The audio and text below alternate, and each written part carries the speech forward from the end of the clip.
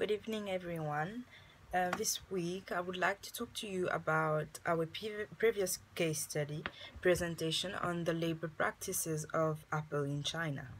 It has been a very interesting subject matter to work on, and I'd like to reflect on some of the key issues that involve one of the world's most prominent brands at the moment. At first, when you consider the subject matter, it is very easy to fall into the trap of only blaming the brand for not respecting its promises that were represented by the supply responsibility standards that was issued following a previous issue that consisted of the suicide of 14 Apple employees, which was the result of poor labor conditions actually.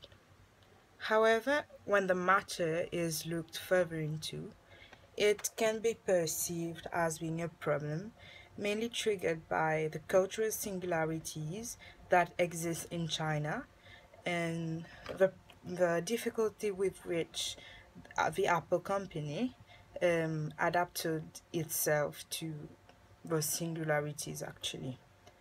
Um, Moreover, the company itself seemed to have tackled past issues too lightly, like the case of the suicide of the 14 Apple employees.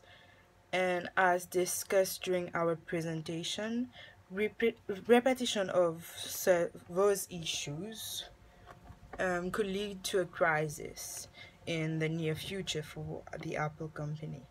This is where international public relations comes into play.